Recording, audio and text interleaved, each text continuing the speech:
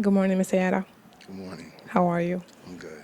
Cool. Can you please introduce yourself briefly and tell us what you do in the field of nutrition, Yes, please? my name is Minister Yahdan Maat YADA. I'm a biochemist. I deal with health on a cellular level. Okay. So today we are here to talk about Ramadan because it's actually trending for many Muslims around the globe who are actually fasting. Can we talk about how to keep like a healthy diet on Ramadan, like the do's and don'ts, what you actually would recommend people to do? Okay. So my first question would be, how do we maintain a balanced diet during Ramadan? Okay. The most important thing we must do, since we're not taking in water and food, is when we do start to eat, to make sure we get our H2O, a lot of water in, and make sure we eat a lot of fruits and vegetables. Because the worst thing to do is go straight to starches and sugars, Right. because our immune system is working on itself, is rebooting itself. So if we put more sugar and starch in, it'll weaken our immune system, and some people even get sick during the month of Ramadan. Sure. And are there any specific foods or nutrients that can actually help prevent fatigue or discomfort during Ramadan? The greatest thing to eat food high in fiber, Okay. and we love some dates, so put You some do. dates in. Okay. So you definitely recommend dates, right? Definitely. Okay. And for people, not people like me, because obviously I don't, but for people who exercise, how can they actually maintain a sufficient energy level while fasting? And do you actually recommend for them to keep doing exercises during Ramadan or hold after? Yes. See, the beautiful part about fasting is that our body will start to create glucose, and glucose is something that every cell needs for energy.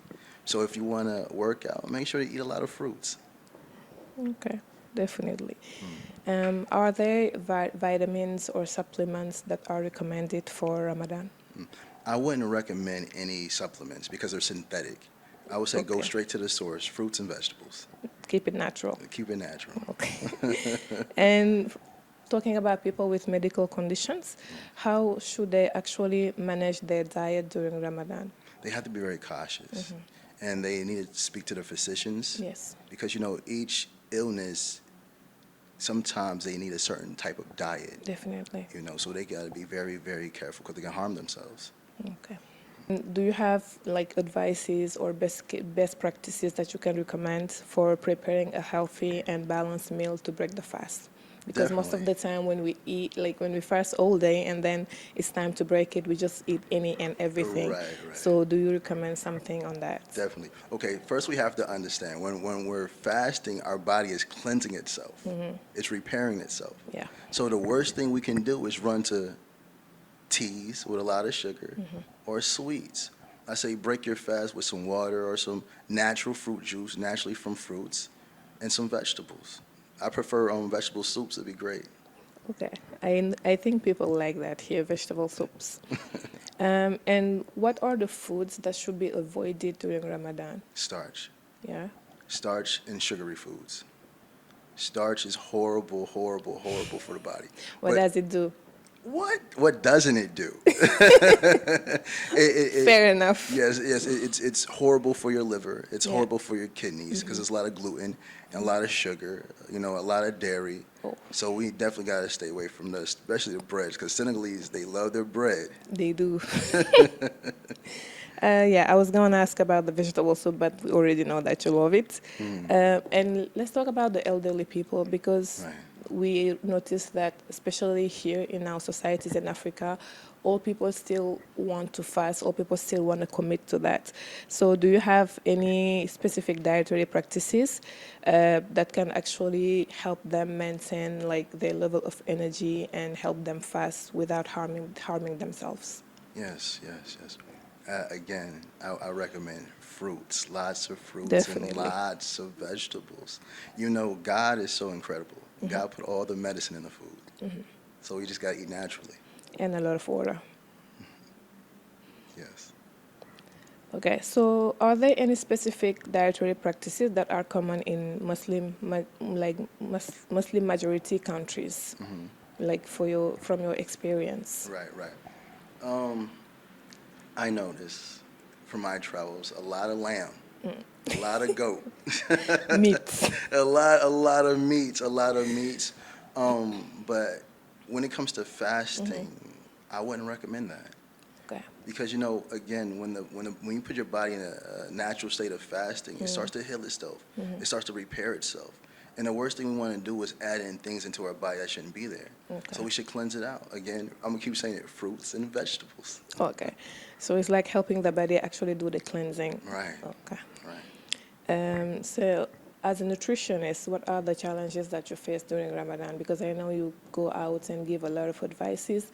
Sometimes people listen, sometimes they don't. Right. So what are the main challenges that you face? Sugar addiction. Yes. Sugar addiction. And, during Ramadan, you realize how addicted people are because you can tell because they get real moody and grumpy. The ones that have sugar addiction, they're the ones that's the most grumpiest. Definitely. Okay. Talking about sugar again, and what are the long-term health risks associated with the consuming high amounts of sugar for your body? First we have to understand the comparison, and I can't stress this enough. We have to understand the comparison between sugar and cocaine. Yeah. Now, the chemical formula for sugar is carbon atoms, hydrogen atoms, and oxygen atoms. For cocaine, it's carbon atoms, hydrogen atoms, oxygen atoms, and nitrogen atoms. The only difference between sugar and cocaine is the nitrogen atom. Highly addictive. Yes. That's very good to know because I've never heard of it before today, and that's definitely why sugar is so addictive. Now Yes. I understand. Yes. Okay, so how does the excess of sugar consumption contribute to the development of type 2 diabetes? Right, okay, so Yeah. that's a beautiful question. Okay, so we have to understand that sugar, the white crystal sugar, it's sucrose. Yeah. And sucrose consists of two molecules, glucose and fructose. Fructose gets stuck in the liver and causes fatty liver disease. Now you got type 2 diabetes. Now you got heart disease. Now you have cancer. Now you have metabolic diseases. So we have to be very mindful of how toxic sugar is. Definitely.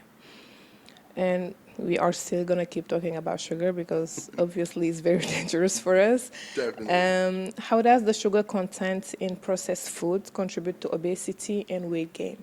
Okay, now see, this is how they trick you. They're aware that that sugar is no longer good, right? Yeah. So now they change it to fructose corn syrup. So now there's fructose corn syrup in Right. processed foods.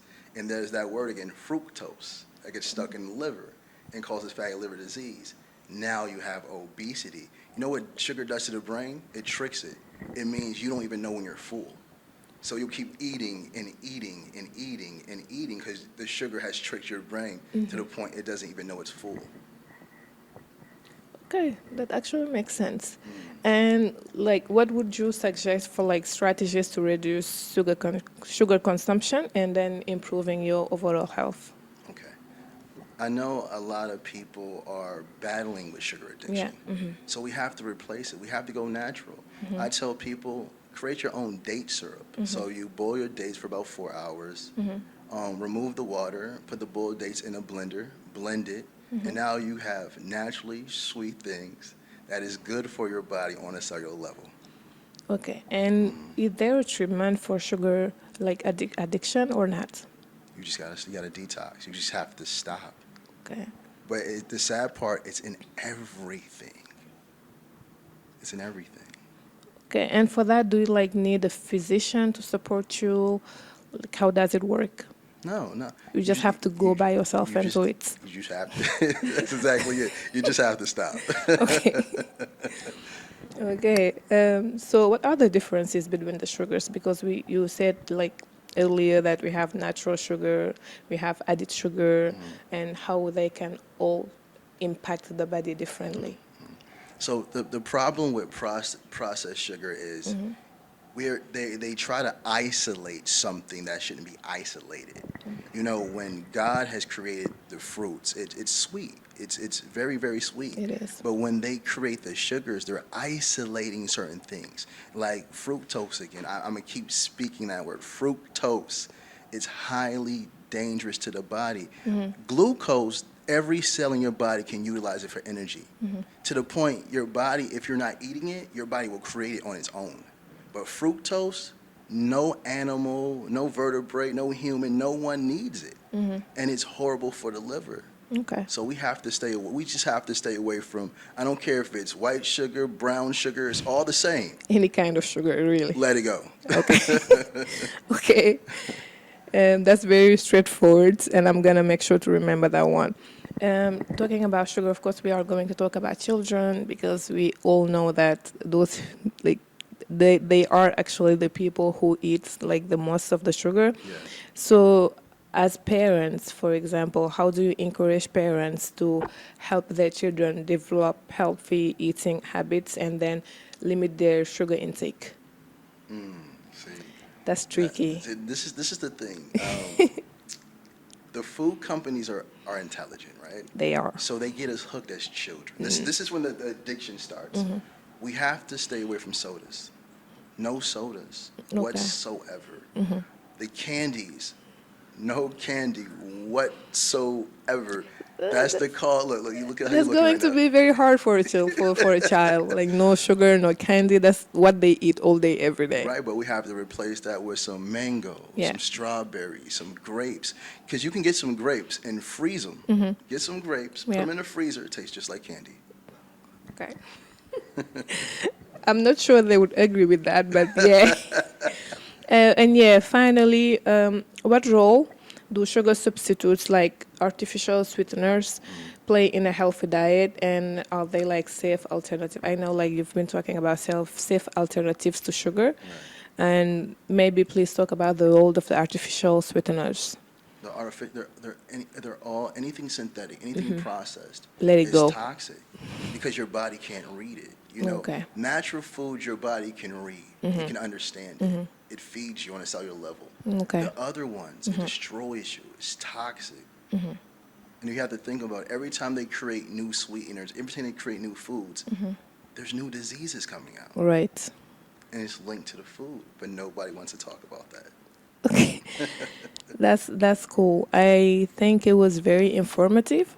Thank you for doing this interview with us today. I'm sure people will benefit from it. We thank you for your time. We thank you for the knowledge that you shared. Thank you. And we hope that people will actually listen. I hope so. Thank you. Thank you.